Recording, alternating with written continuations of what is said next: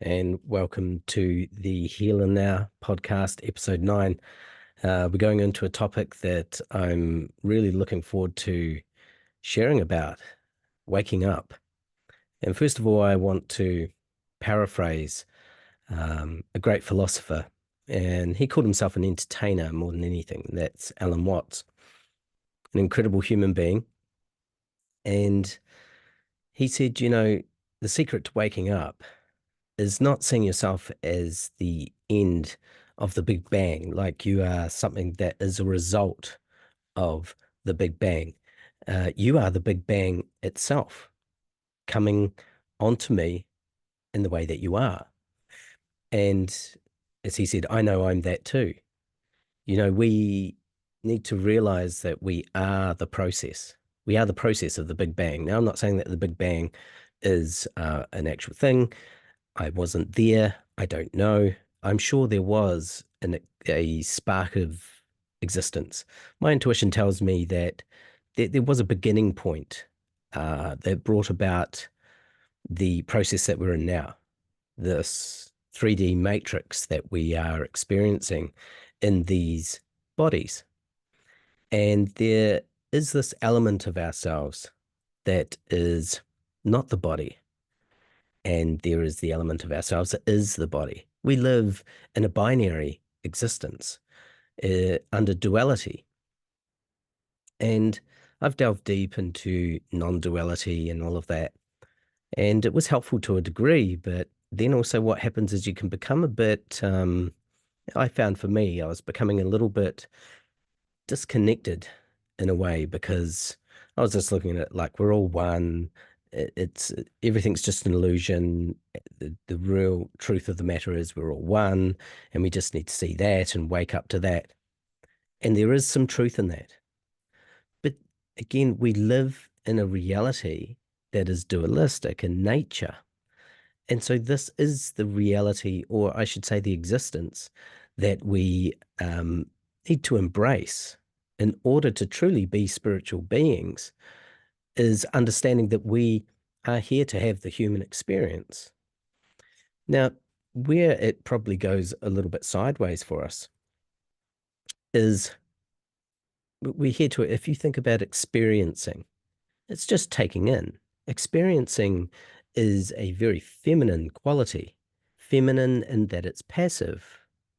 And so our soul, from what I can understand and what I intuit, is that our soul or our personality or that awareness that we're aware of is here to enjoy the ride, is here to simply enjoy the show, pop the popcorn and sit back and enjoy the show. Then I would hear people saying, well, but how can I be sure that I'm going to enjoy the show? What I'm discovering through the application of human design and helping people embrace their design and practice their design, because it's one thing to know about it, it's another thing to practice it. When you practice human design, you end up finding, and I've seen this with all the clients I've offered this to, you end up experiencing more ease. And that's all that it really does, is it allows you to become more accepting of who you are as you are. It allows you to become more embracing of your dynamic self. And it also helps you to see that your differentiated self, this human being that you are encompassed in, and that your soul is journeying in, is not against you. It's the vehicle in which you have acquired to have the experience in this life. Now, when we come into this world, we are programmed and conditioned heavily, very heavily. First off, we are conditioned by our parents. In fact, we're conditioned by the system as soon as we land. We come into this world, and we come into a matrix system that is dominant, it's domineering in its nature, this social structure that we find ourselves landing in. Almost like a paratrooper, you're dropped on the other side of enemy lines, so to speak. The world that you've been dropped into is not for you. It's It's not here to support you. It's here to support itself. It's here to support the matrix. Waking up is realizing that there is a hack in which you can enjoy the show, and also realize the purpose that you came for.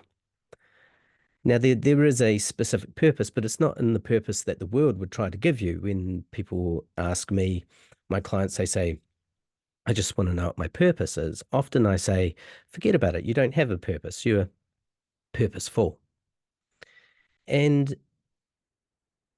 that's, true to a degree. But the reason I say that is to try and help decondition people from this idea that your job is your purpose, or changing humanity is your purpose, or any of that.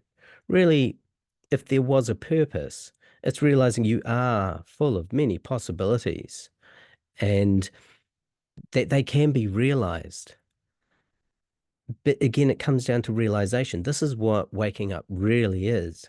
Waking up is realizing that you're asleep. Waking up is realizing that the way you're functioning is not from your true, authentic self. That is waking up. Now, it's one thing to wake up to the conspiracy, and we can go into conspiracies, but, it's not worth it at the end of the day if it's missing the point. I've spoken in the past about finding the needle in the haystack. That's analogous of you finding yourself. The hay represents the minutiae of life. The hay represents the illusion of separateness. You are the point in your life. So if you had a purpose, your purpose would be to live the life you came to live. Your purpose would be to watch the movie you've chosen to watch. This body that you have come into through your personality crystal is it's the movie you've chosen to experience. And when it comes to thinking, I want to bring this one up now because I was sharing this with a client today, because it's very difficult to get across to people the utility of the mind. The mind is not here for you to make decisions with. Now, this is following on from my last podcast. If you haven't watched the last one, which is why thinking is a bad idea, I suggest you go back and watch that one. And I go into human design a little bit there as well. I will always probably mention human design because it is the hack to the matrix. It's not that we escape the matrix. I hear that all the time as well. People say, you wake up and escape from the matrix. That would probably be nice, wouldn't it? To escape the matrix, but escape to what? You see, you have no idea. I really feel that we're not quitters. We're not here to quit. We're here to experience the experience we've come to experience. And the key really is to wake up within the dream, to be awake while you're in this dream called the 3D reality. It's not the full reality. It's a three-dimensional existence. Existence, as I've mentioned in previous podcasts, is existence is that which stands out from reality. Reality is the totality. It's the fullness of the frequency band. Okay? So let's use just a part of the frequency band, or a quality of the frequency band, which we could call color. There's another quality of the frequency band, which is sound. And then we have another quality, which is touch. That's called the five senses. And so when people say to me, what are we even here for? Well, it's not hard to work out. We're here to sense. Okay. So we get this almost like a VR experience, but it's a virtual reality. And it is. This reality is a virtual reality. It's not the full reality itself. It's virtual. In that we only experience a portion of the reality. Back to the color spectrum, we can only see 0.0035% of the visual spectrum. The full spectrum is reality. A portion of that spectrum is existence, okay? So that which exists, going back to what the word means, To exist is to stand out. Stand out from what? Stand out from reality. That's existence. We are in an existence. This existence is what we are experiencing. What we are not experiencing, however, right now, as it would appear to be, is the full reality, the totality. These bodies are tuned in a particular way to filter reality, so we only sense and experience a portion of it, and that is what we call existence. If you can go through this existence very aware that your soul is simply a passenger in the existence, your soul is here to record the existence that you have, the experience that you have. That's the mind. The mind is here to record your experience. Now, I shared with a client today that I said, think of the mind like a journalist. A journalist is there to record. Let's imagine a journalist that's in a war-torn country. Now, if the journalist is doing their job correctly, they are simply recording what's going on. If they are a bit sly in their job and they want to put a narrative out there, they're going to change what they record. And the mind does that all the time. You see, we each have, because of our conditioning and programming, we each have what I would call a naughty journalist. He or she is not a good journalist at all, because we take what's recorded and then we start toying around with it. A good journalist would just say it as they see it. They'd just say, this is what's going on. There's fighting here, and there's, a school bombed here. And they wouldn't exaggerate what it is that they're seeing. Now, the mind, being like a journalist that is correct, that in which you have greater ease in your life, is simply recording the information. We're not meant to go back over the information and start deciding what it means. A bad journalist starts, projecting onto what they saw. I saw the school was bombed, so that means whoever bombed it was wrong, but you don't have the full story there. Okay, so when you say this happened, so it means that, that's when your journalist, the mind, is stepping out of its role. It is simply here to observe and record. Observe and record. That's it. The mind is not here to make decisions. And that's where human design comes in. I've been always looking for the hack, in a way,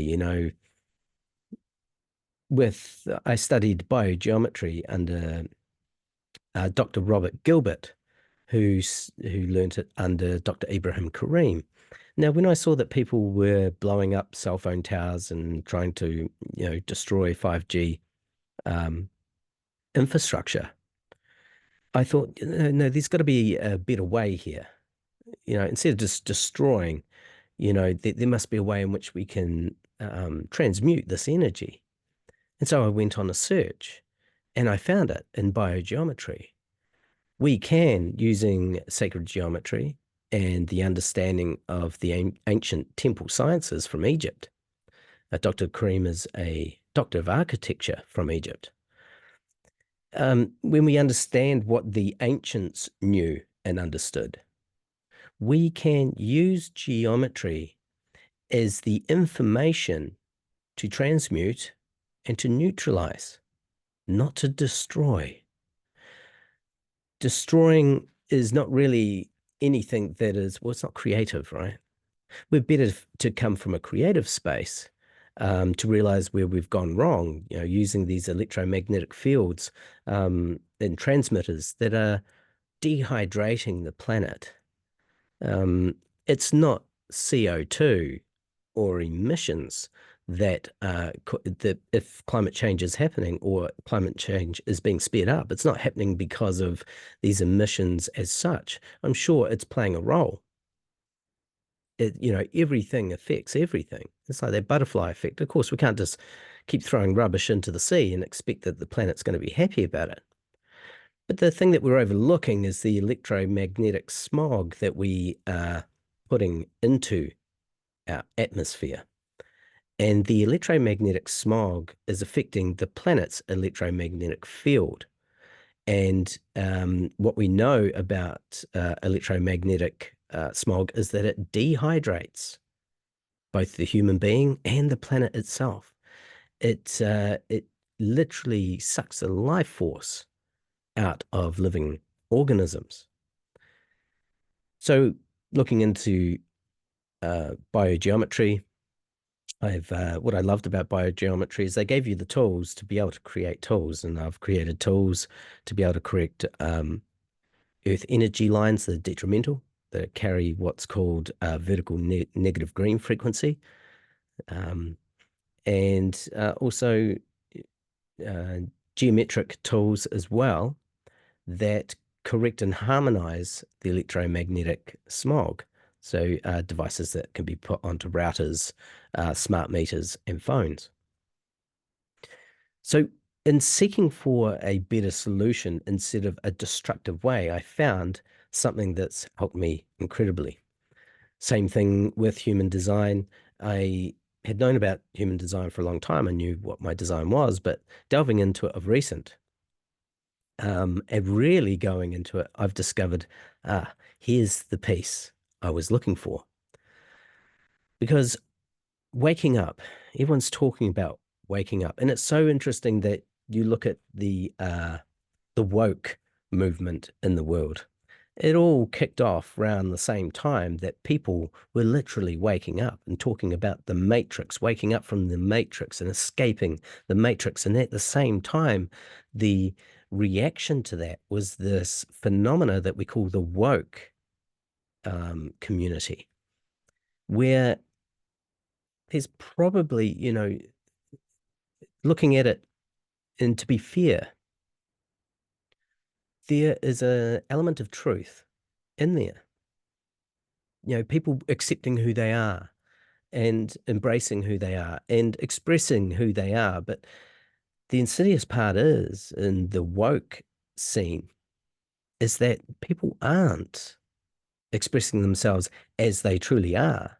They're expressing their homogenized, conditioned self and thinking they're being authentically them. The wonderful thing with human design is that you can look into your particular dynamics in your makeup. And when I give a report to someone, they just, what convinces them is that even if I haven't met them and I got their birth data and I do a report for them, when I finally meet them and take them through their design, they're blown away that I'm able to be pretty much on the money with how they really are within themselves. And so what we end up doing with human design is identifying the true self, identifying the specific mechanics in accordance to your human being, and also the personality that is there to enjoy the ride, but its preclusions as well. You see, human design is very, very practical, just as is biogeometry. Even though, I spent 13 years in the church, I had my awakening 25 years ago, around 25 years ago. I've been on the search for a long time, but I'm always, as a projector, really, really looking for deep truth, deep knowledge. That's why I'm here. I'm not here to work my ass off, but I do in a different way, not in the work that we would look at. People could easily look at me and go, well, you just study all the time. You just research all the time. Well, that's what I'm here to do. So that when the invitation comes, I'm able to give people what it is they need. I don't like to project onto people what I think they need. I'd rather go with something that's very grounded and where the rubber can meet the road and they can experience for themselves by entering into the experiment, as Ra calls it in human design. Waking up is realizing that the soul is not here to control the body. The magnetic monopole, which resides in our G center just under the sternum, according to human design, is the attractive field. It's what holds our body together. It has the information in which it holds us in our specific design. It also keeps the design crystal and the personality crystal in place as well. It holds everything in place. The magnetic monopole, which was discovered sometime after Ra mentioned about it, science discovered the magnetic monopole. And it is literally like the driver of the vehicle. Kind of like in the manual, it talks about this, uh, like the those carts that have the rod that reaches up to the wire above its head, connects to that energy, but the track is very defined. It travels along the track, and it is energized through the power of this pole, this single polarity. It's a unified polarity, and that directs your journey. And then you have the design crystal, which is the vehicle itself. Okay, so it is the vehicle itself. It's what's being driven along, and it's designed in a particular way per person, very unique, and it will move along the track in a particular way that is right for it. And then you have the personality crystal, which is the personality. It's the passenger. It's there for the ride. And like I said before, and this is where we fall into problems in life, where we fall into disappointment, frustration, anger, and bitterness. Depending on your type, when you find yourself in one of those situations, that is you going off track. You're you're trying to take the vehicle off the track. Now, the soul is not here to take the vehicle off the track. The soul is here to record the experience. Okay, so just record it. And that's what we call the mind. What is being recorded is the mind. The personality is the soul, which is experiencing, and it's taking notes. Now, we don't need to physically write down notes. It's all going in anyway. And then through the thought process, what happens is some of the information's not really required for us. And that's what we could call thought. Okay, when a thought comes up, it's coming up to leave. It's coming up to go. It's coming up for you to release. And I mentioned this in the previous podcast, that just as we take in food and we excrete what we don't need, it's the same with experience. We take in the experience of the matrix, and then what's not needed comes up as a thought, or we could call it a shit. Okay, so literally thoughts are taking a shit, taking a cognitive dump. Okay, what's wanting to happen here is that the system, the design is noticing that I don't need this in here. This information is not needed. So it's coming up for you to let go of. And it needs your awareness, because when you can then just be aware and accept that I need to let go of that thought, then it is actually free. In order for you to go to the toilet to take a shit, you're going to have to go and take a shit, and you're going to know about it. Okay, you're going to know that you're taking a shit. Same with thoughts. You're going to know that you're taking a shit. You're going to know that you're letting go of a thought. So next time a thought comes up, just realize you're taking a cognitive shit. Yeah? And so waking up, back to waking up. Waking up is knowing that that which is having the experience, that which is aware of it, the awareness is simply there to be aware and not take it personally. And the vehicle, the design, is there to travel you along.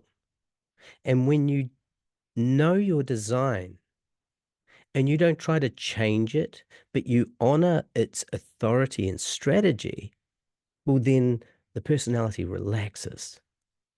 It's and in human design, I love it, because when I offer this, like a client I had today, I said the way in which she said, well, how shall I make decisions? Well, your decisions are made by your authority, and your authority for her is she had the solar plexus authority. which means her feelings are where she should make her decision from. She doesn't need to think. She just needs to feel and decide. Feel and decide. For me, I'm a splenic authority, which means I just need to know. And in that, it's almost like a reaction for me. The spleen being that it's here to keep one safe and healthy. And so I know when I'm in a situation that's not right for me because I will get unhealthy. I'll be unwell. And that's when I can say, right, I'm in the wrong situation. I'm out of alignment. Now, I can begin to explore what would get me back into alignment? And I would feel it instantly because it's splenic. My body would say, that's healthy. Do that. And so it can almost seem very abrupt for someone that is splenic in their authority. And that's the way I am. I had someone the other day, they said, oh, I might pop in. I said, no, don't. It just popped out because I'm practicing my authority and my strategy. And he said, oh, why not? And I said, I don't know. You see, I don't need to know. It's a knowing that I don't know why. And I just let it go. I don't need to try and work it out, because trying to work out why, again, is coming back to the mind. And when we're deeply in the matrix, people will, try and force upon me to try and work out why. Well, that's pushing me back into the mind, which is the not self. That's not me. It's just not me. And it wasn't until human design made me feel like I had just stumbled across the most deepest revelation, because I was able to go, I know that I just know. I just know. And then I don't need to explain myself. But guess what I try to do often, or I used to try to do, is I used to try and explain myself. And again, that's falling back into mind, which is going back to sleep. This matrix would try and keep you in the mind. And when you're in the mind, you are asleep. But when you come and experience, when you go through life using your authority and strategy, which is very definitive for you, it's very defined for you. When you honor that and the other dynamics within your design, then life happens with greater ease. You're able to enjoy the ride. Okay, this life is just a ride. It has ups and downs, ins and outs, forwards and back. It's all there for us. But if we become identified with the illusory world, because it is an illusion, and that all magic, all illusions are simply sleight of hand. They are, you look at an illusionist. Why does it appear to be like magic? This life is magic. Because you're only being shown a certain portion of, you're only being shown what the illusionist wants you to see. And so it appears to be like magic. It appears that they're manipulating reality. And that's what magic is. And so when you understand that, you understand that this existence, it is magic. We're only being shown a portion of the spectrum. And that's why we call it an illusion. Nonetheless, it's a real illusion. It's still made of reality. But it is standing out from the totality. So it's only a part. And so it's very magical. This life is magical. It's a magic trick. And we've come to experience the show, experience the magic show. Is, prior to coming into the body, just everything is everything. I can't be 100% sure, because I can't recall being back to that space. I've experienced and been able to recall many of my previous lives. But even then, that's not particularly helpful, because the only thing that really is helpful is what is going on now. And in fact, they're not previous lives at all. They're simultaneous lives. They're all happening at once. And when I see these simultaneous lives, I see a theme. And then so waking up again is seeing the theme and learning to let go, to stop trying to control the ride and really enjoying the show. That's what waking up is. But you can only enjoy the show when you're truly being yourself. You can't enjoy the show when you're being a homogenized version of who you think you are, because whoever you think you are, you're not that. You can't be. Because if you are your thoughts, whenever a thought leaves, a part of you would disappear. It would be gone. Waking up is knowing that you are in an illusion, but you, that which is watching, that which is witnessing, is the reality. The witness itself is the true reality. Just the witness. Without awareness, there can be no things. Okay? Have a think about that for a moment. Can things actually exist as such if there's nothing there to be aware of it? Well, it jams you up against the wall pretty quickly when you even go into that mental exercise. You know, think of, these glasses right here. Do these glasses actually exist if there's nothing to be aware of them? Well, no, it's just potentiality. And quantum physics agrees with that. See, in quantum physics, a photon um, is a particle when it is observed, when there is an observer, when there is awareness there to watch, it is a particle. But when the back is turned, when there's no awareness to watch that photon, and you fire a whole lot of photons through a couple of slits, it's called the double slit experiment.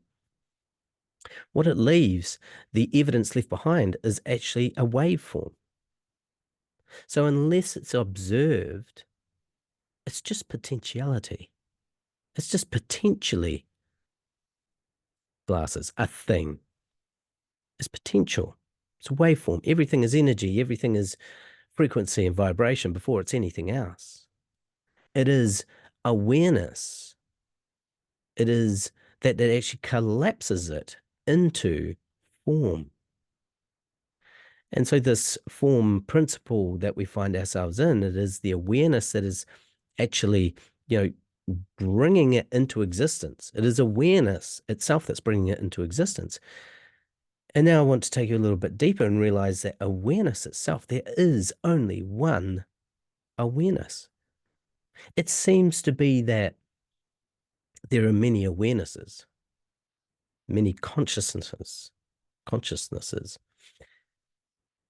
but it doesn't take much to, even right now, you're listening to this. Now I'm aware.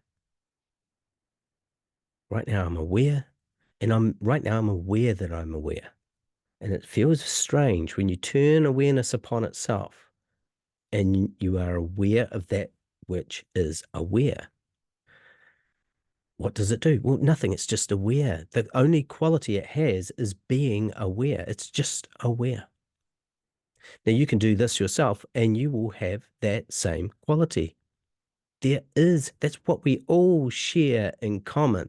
That is the ultimate reality, is that there is simply one awareness having 8 billion experiences simultaneously. And that goes in line wonderfully with the understanding of simultaneous lives. Not only is awareness having 8 billion experiences simultaneously, this one awareness, but it's also having many other trillions of experiences in simultaneous lives. Because time is simply a mind construct. And like I said before, the mind is simply here to record the information. It's just recording. The mind is not here to make decisions. We've all been fooled into using the mind to make decisions, and that's what takes us away from our true, authentic self. Awareness, or that which created all this, has chosen to have this experience. Is it doing it for any reason?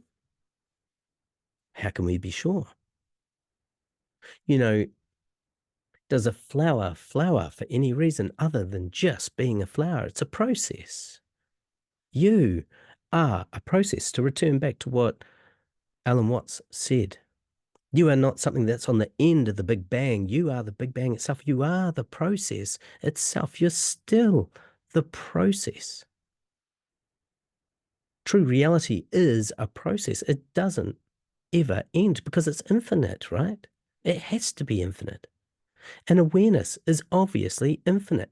There is one awareness shared by all, appearing to be fractalized into many, many beings. It experiences through sentience, and it's aware of itself, of all of it. Awareness being the true reality, encompassing everything. There is no thing without awareness. And we could say, well, what is awareness? We could call it God. That's okay. You know, for God to be God, God has to be infinite, right? For God to be God, God has to be infinite. Now, can there be anything inside infinity that's not affinity? No. Can there be anything outside of infinity that is not infinity? No, because if there was anything that was aside from that which is infinite, then that which is infinite ceases to be infinite because there's that one grain of sand. Just one grain of sand is all you need. If you said that is not infinite, that is not made of the infinite. So everything that appears within consciousness, everything that appears within the awareness of the infinite, let's call it that.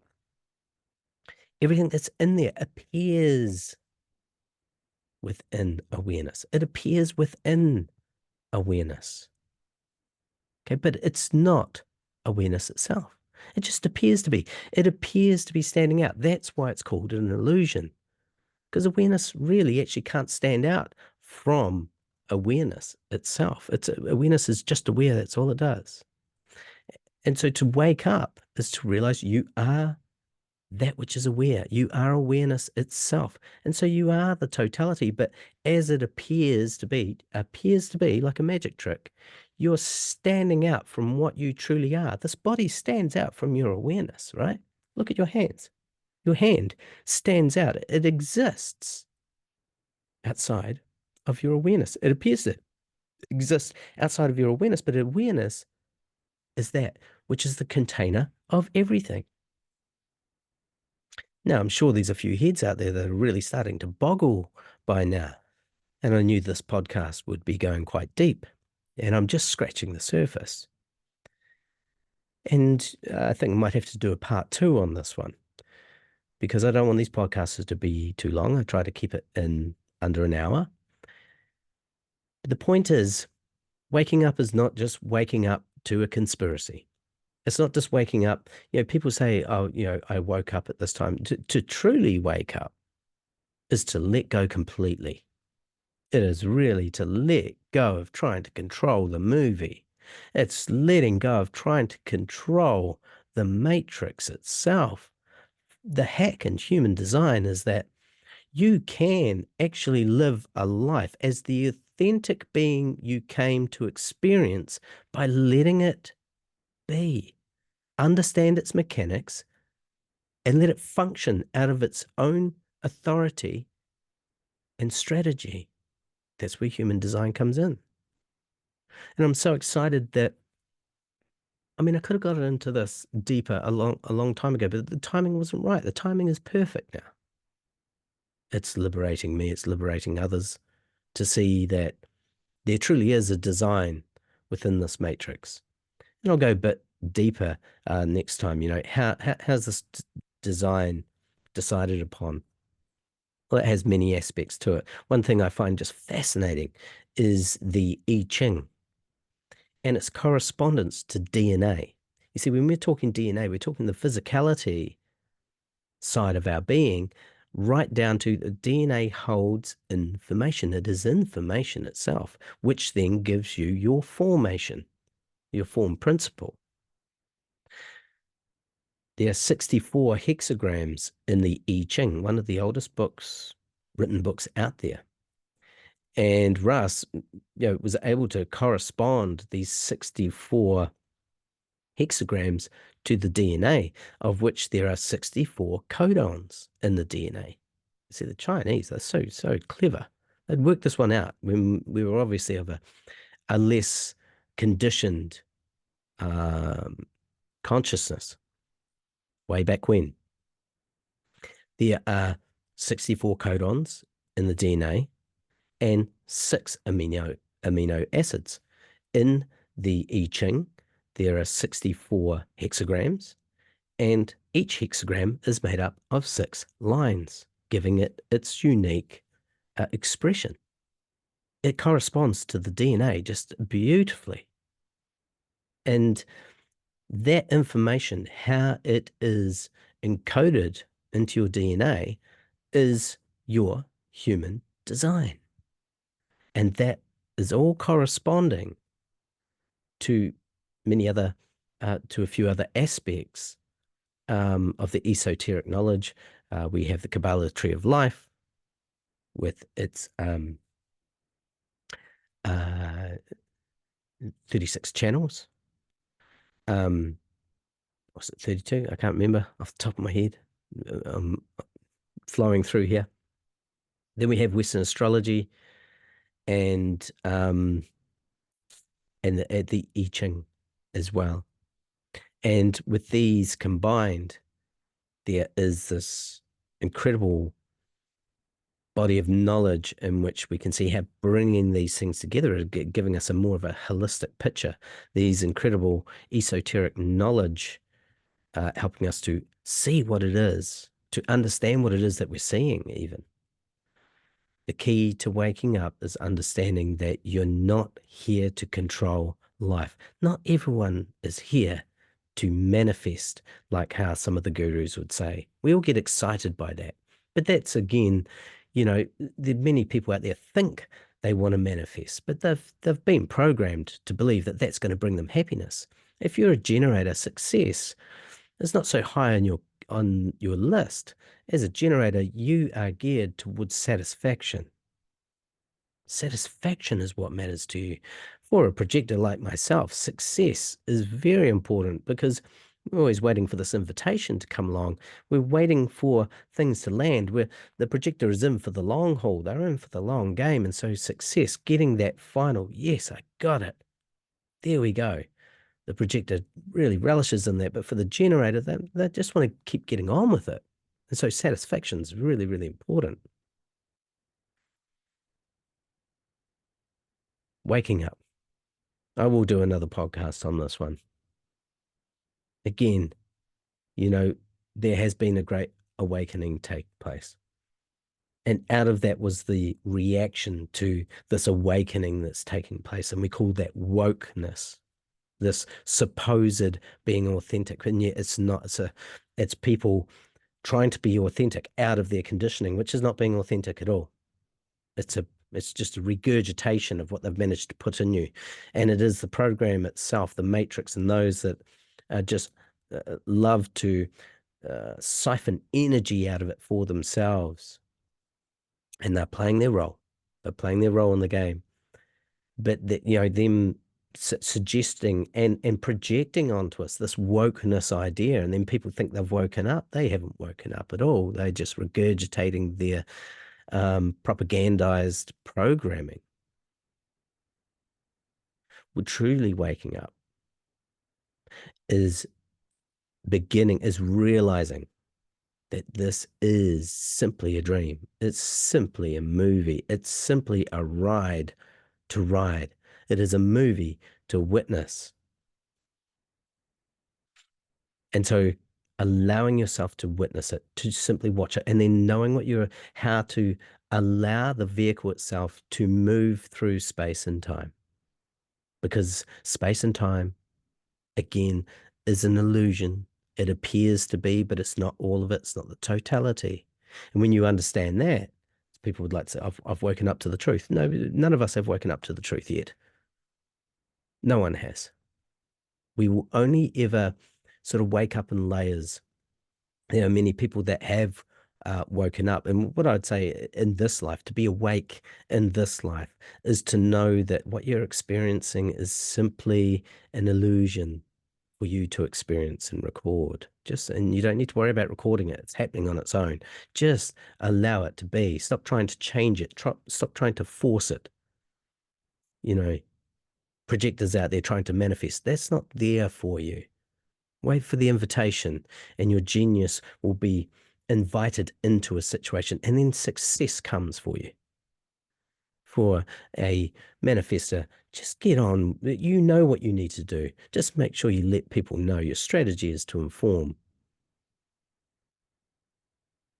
and find peace. For the manifester, it's about finding peace. For the reflector, it's about seeing, being in awe of life. It's about the surprise. That's when you know you're in alignment. It's the surprise. It's the awe of it all.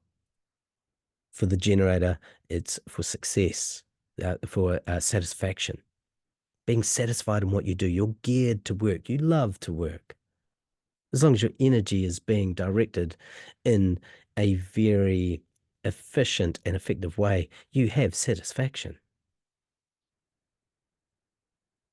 Satisfaction, peace, surprise, and success are for all the right ones. They're the ones that know what they're here for. That helps you know if you're on track. Again, the design, your design is here to be on the track and drive along the track correctly. The witness is here simply to witness. Your personality is just here to witness. Just enjoy the show. And, if you're going to do anything, go with your authority. Then any decision you make will be correct for you. You'll go into your life theme. And then through doing that correctly, you begin to activate your incarnation cross. And that's then, only after you've really been moving in your authority and strategy, does the cross begin to become activated. It's interesting that Christ said, carry your own cross with fear and trembling. Carry your own cross. The incarnation cross is human design. It's specific for each person. It helps you know what you're here for, but you must first go into correcting yourself, getting rid of the conditioning, waking up. It's about being awake in the dream. This is a dream. Waking up inside of the dream and seeing and understanding you're not being your authentic self. You're not being your true self. It doesn't take long. You need to sit with yourself for a little bit and ask yourself, am I really being authentic? Am I really, truly being me? It's the hardest thing to do when you are living in a world of great deception. And that's all an illusion is. It's deception. That's what magic is. It's deception. We live in a world of deception. And when you realize that, you're awake.